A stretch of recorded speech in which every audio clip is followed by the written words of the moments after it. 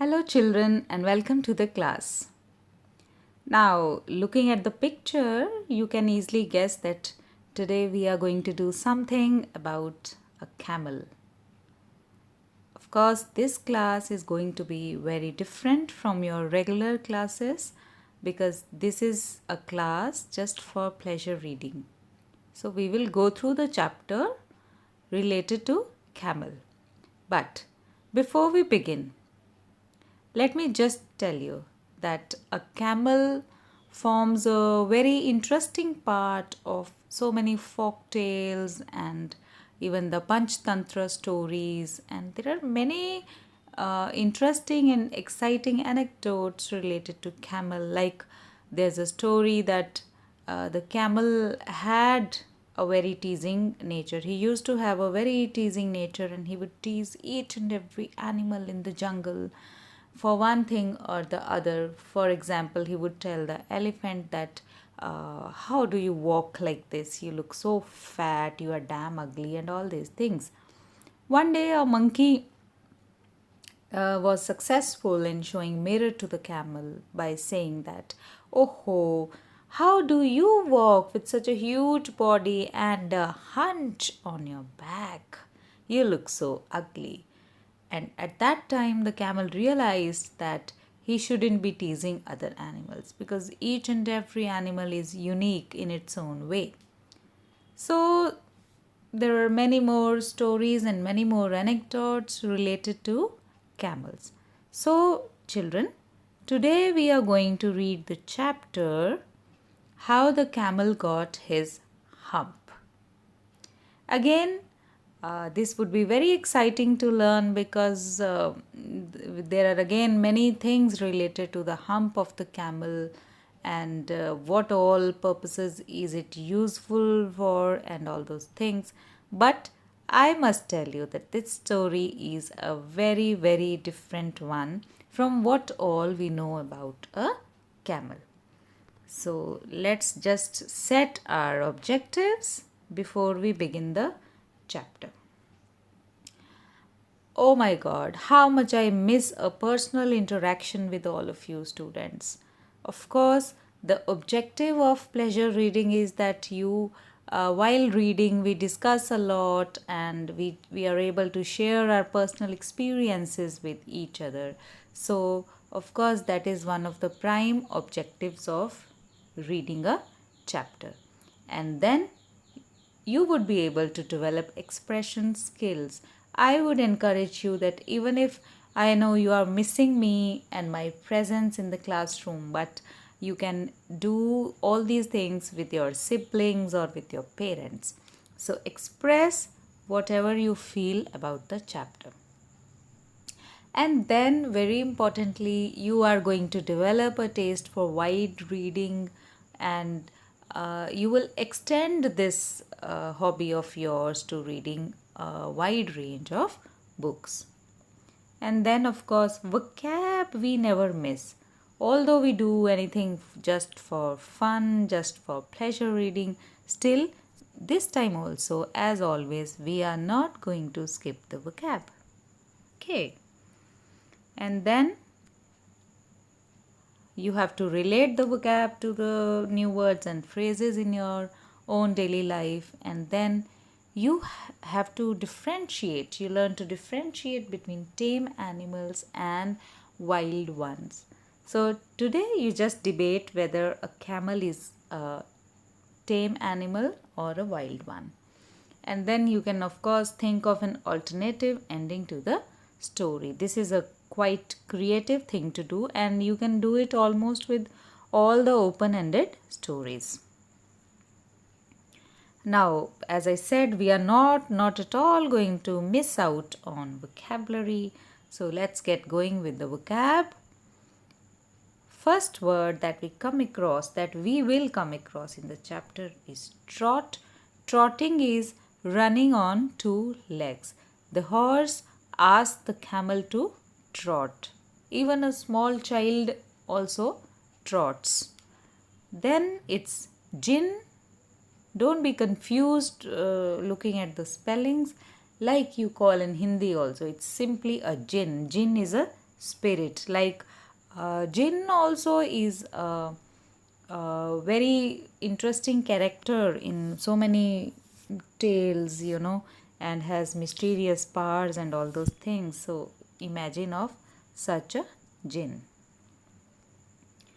Then this word fetch, although it's a simple word, but sometimes I've seen children missing out on the meaning of this word. So fetch means simply to go and bring something.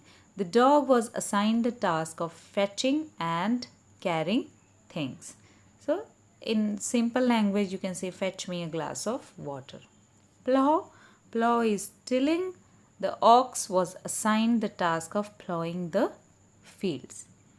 Now here comes makeup. Makeup here doesn't mean makeup what we do on our faces, it means to compensate. So if I say to any child, you have already disturbed the class enough, now make up for all your notorious activities by completing the tasks assigned quickly, means compensate. Now we get going with the reading of the chapter. In the beginning of the years, when the world was so new and all, and the animals were just beginning to work for man, there was a camel, and he lived in the middle of a howling desert because he did not want to work. And besides, he was a howler himself. So he ate sticks and thorns and tamarisks and milkweed and prickles, most excruciatingly idle. And when anybody spoke to him, he said, Hump, just hump, and no more. You remember the gruff voice we learnt in The Selfish Giant? This is kind of hump. He would speak up like that. So presently, the horse came to him on Monday morning with a saddle on his back and a bit in his mouth and said, Camel, oh camel, come out and trot like the rest of us. And the camel said, Hump. And the horse went away and told the man. Presently, the dog came to him with a stick in his mouth and said, Camel, oh camel, come and fetch and carry like the rest of us. Hump, said the camel, and the dog went away and told the man. Next, who was to come? It was an ox. Presently, the ox came to him with the yoke on his neck and said, Camel, oh camel, come and plow like the rest of us. Hump, said the camel, and the ox went away and told the man. Now, at the end of the day, the man called the horse and the dog and the ox together. Whom did he call? These three.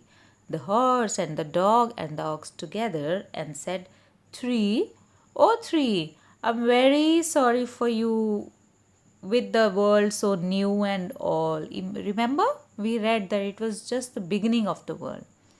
But that hump thing in the desert can't work, or he would have been here by now.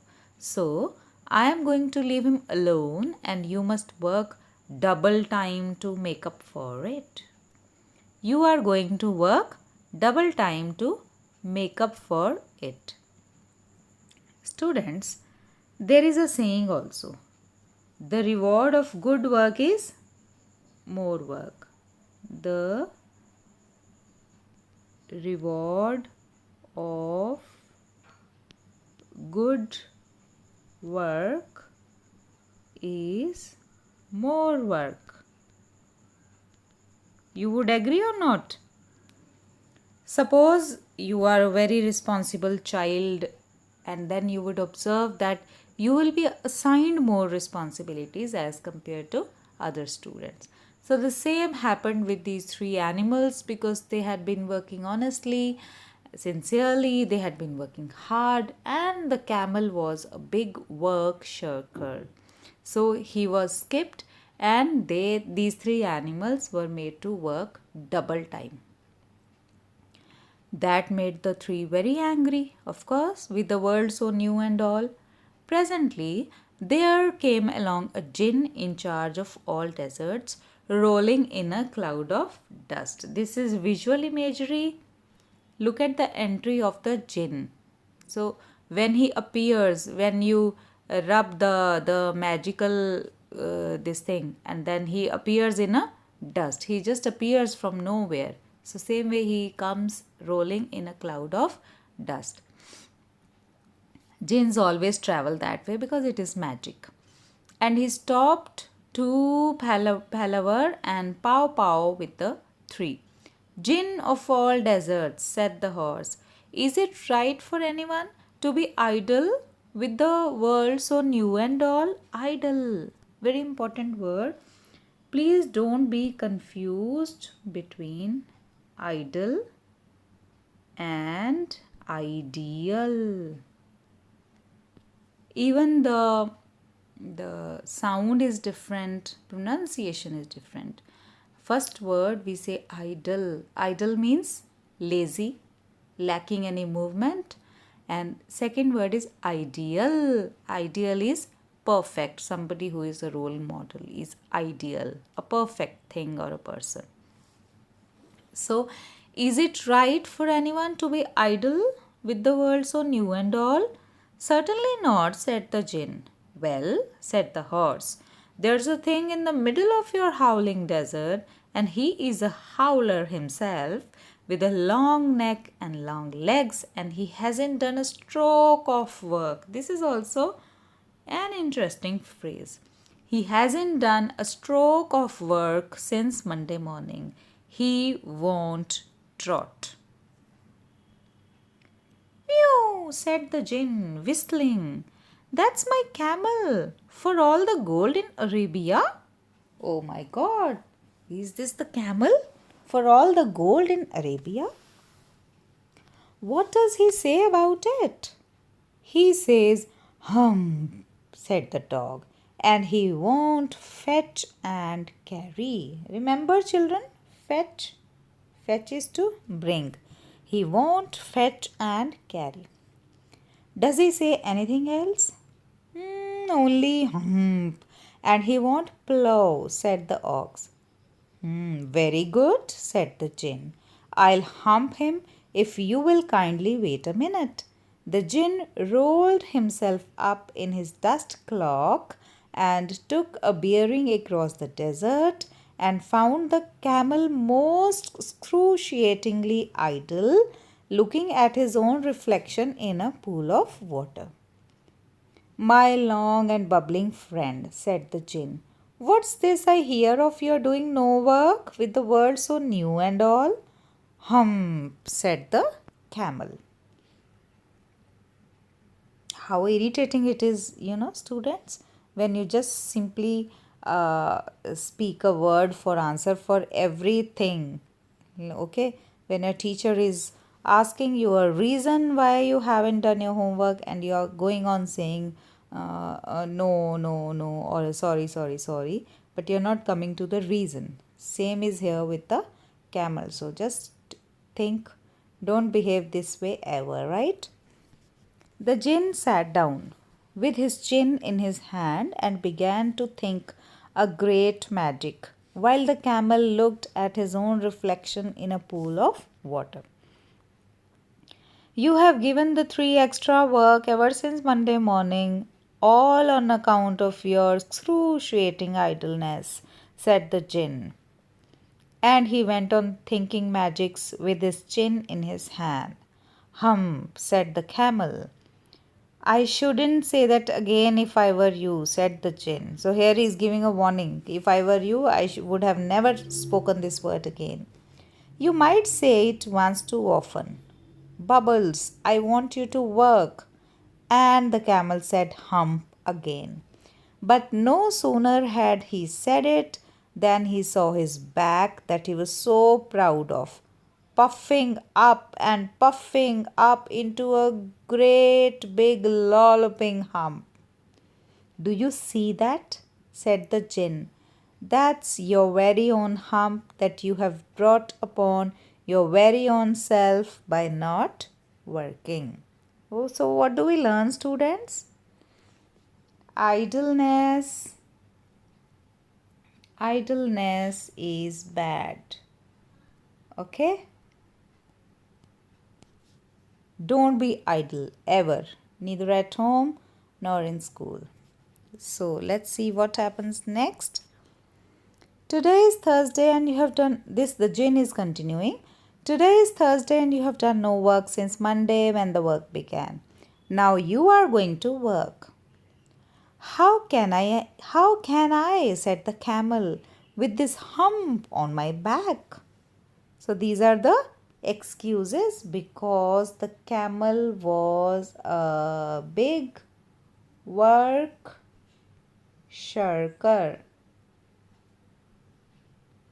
Okay, work shirker.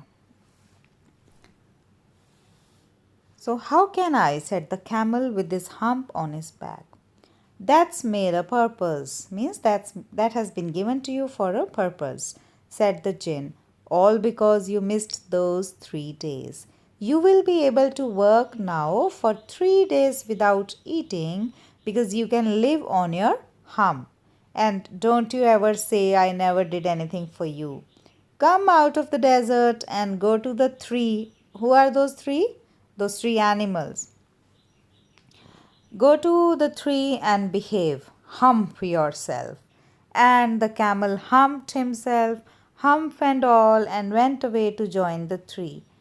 And from that day to this, the camel always wears a hump. We call it hump now, not to hurt his feeling. This is humorous. Why has he written this?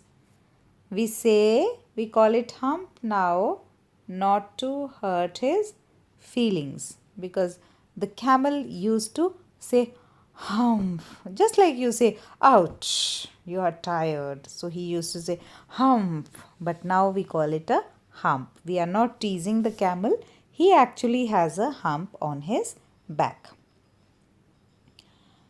But he has never yet caught up with the 3 days that he missed at the beginning of the world, and he has never yet learned how to behave. Remember the anecdote I shared with you that the camel used to tease all the animals. So here this trait is mentioned. He has never yet learned how to behave. Okay, this is something beyond the chapter. Some interesting facts about camels. Of course, students, you would be knowing some basic things like a camel can store a lot of water in his hump and work incessantly for many days in the desert. Camel is also called ship of the desert and so on. But there are some interesting facts which I am not sure that you know all these. So even if you know, you can just go through. They are very tall animals. They can reach 7 feet in height and weigh up to 1500 pounds. They are specially adapted to the life in desert. This is interesting. I didn't know this.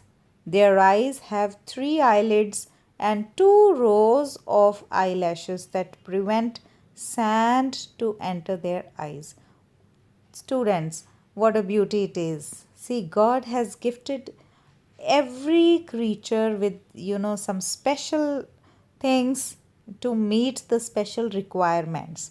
For example, the camel has to live in the desert and so he has been gifted 3 eyelids. How many eyelids do we have? Of course, 1 for each eye, right? And then there are 2 rows of eyelashes. So a big protection God has given to camel because in deserts there would be lot of sand that may enter their eyes. Then again, camel's ears are furry because it has to keep sand and dust away. And then again the nostrils also.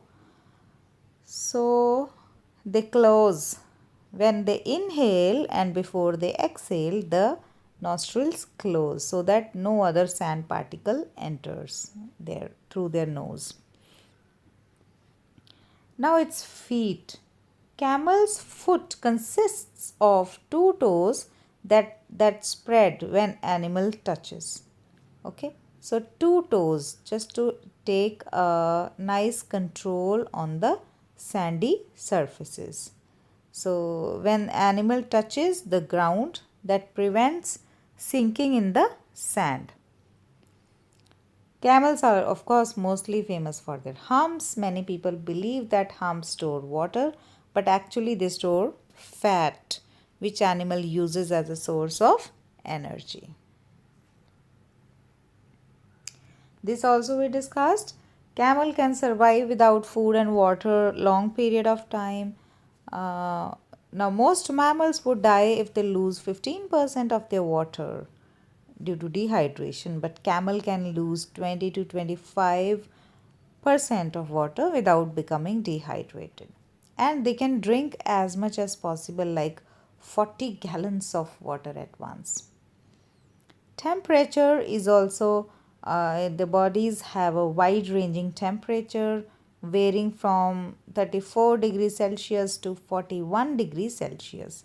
And they start sweating when the temperature rises over 41 degrees Celsius. Camel's milk is very rich. It's rich in iron, vitamins, and minerals and is healthier than cow's milk because it contains less fat. And camels can run 40 miles per hour. Mostly they are peaceful, but when camels are provoked, they spit greenish substance from their stomach. Also, they can use all four legs to kick their opponent in self defense. Initially, camels were used in numerous ways. They were even used for, wars also. Then they were used especially in desert areas because of their ability to travel long distances without water and food. And they can carry supplies, and their meat is also quite popular because they were consumed when they became old or weak, because it had a substantial volume of meat, so that was also used. And the fur on their body was used for clothing. And generally camels live for a good 40 to 50 years. So that was all about camel, his different story, and all the common facts about camels. So that's all for today's session, and I am sure you would have enjoyed this pleasure reading session because this is the first one we have done in all these days, and you must have got tired, doing all the written work related to your chapters. So this time it is just reading for fun. After this, you will have an interesting quiz based on camels. So, go through all the facts given above once again. Go through the chapter once again, keeping in mind the quiz. And then you take the quiz. It is not a formal test or something. Take the quiz as a fun activity, and later on you can tally your answer from the answer key provided to you. But attempt all the questions after thoroughly reading the chapter and the facts about camels. I hope you had fun and you will have all the more fun preparing for your quiz. Have a good time.